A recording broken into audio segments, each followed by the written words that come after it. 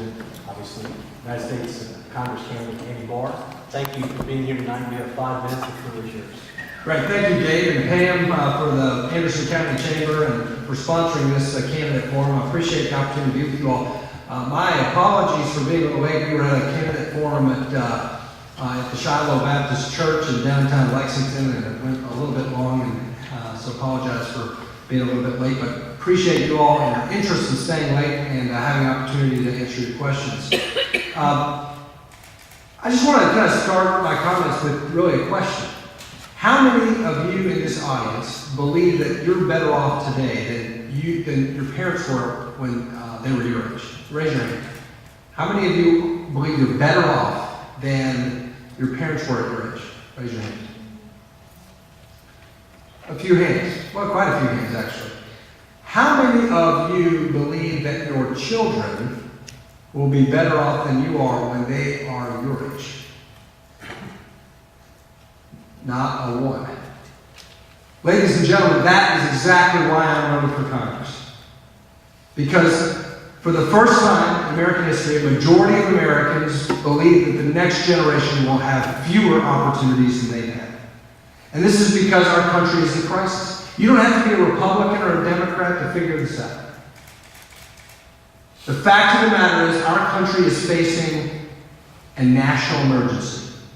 It's a national emergency in the form of a jobs crisis. It's a national emergency in the form of a debt crisis. And it's a national emergency in the form of a trust or confidence in government crisis.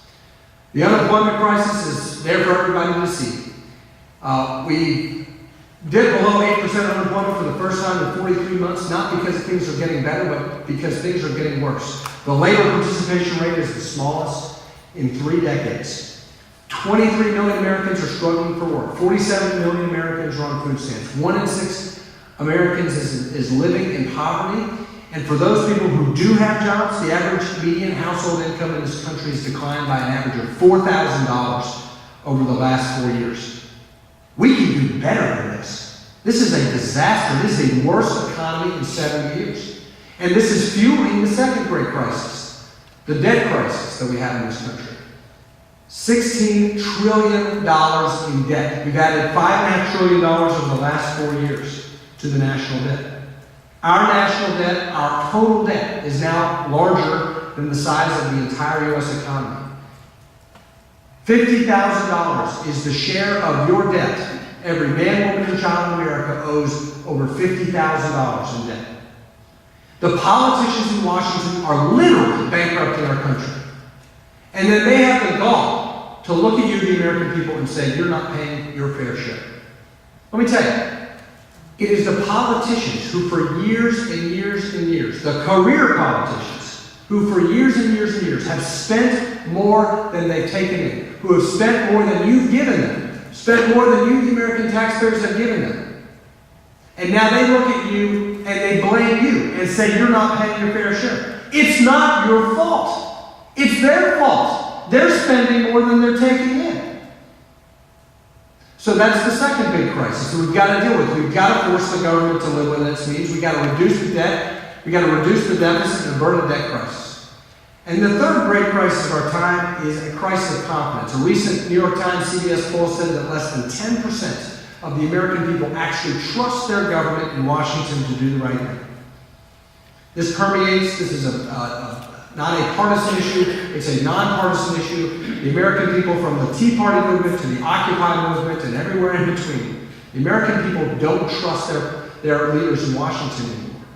And they don't because they cancel town hall meetings, they refuse to debate, they refuse to show up at forums like this, they refuse to be accessible and accountable, and they don't listen.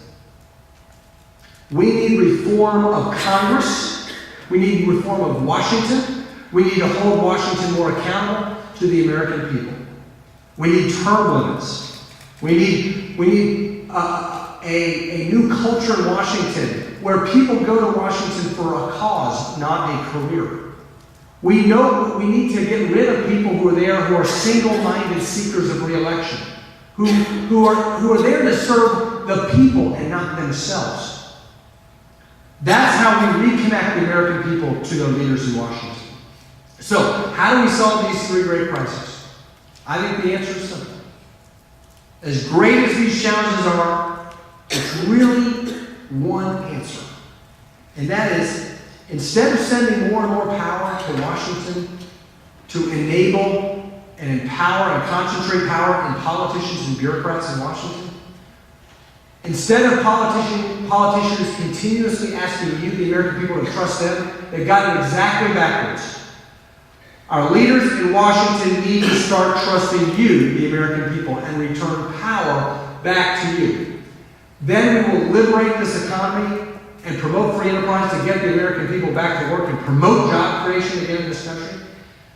The government will stop doing too much, and therefore we'll be able to finally force the government to live within its means. And finally, when the American people see politicians who are actually trusting them and giving them their sovereignty back, then the American people are going to start trusting them again. Going to start trusting their leadership in Washington.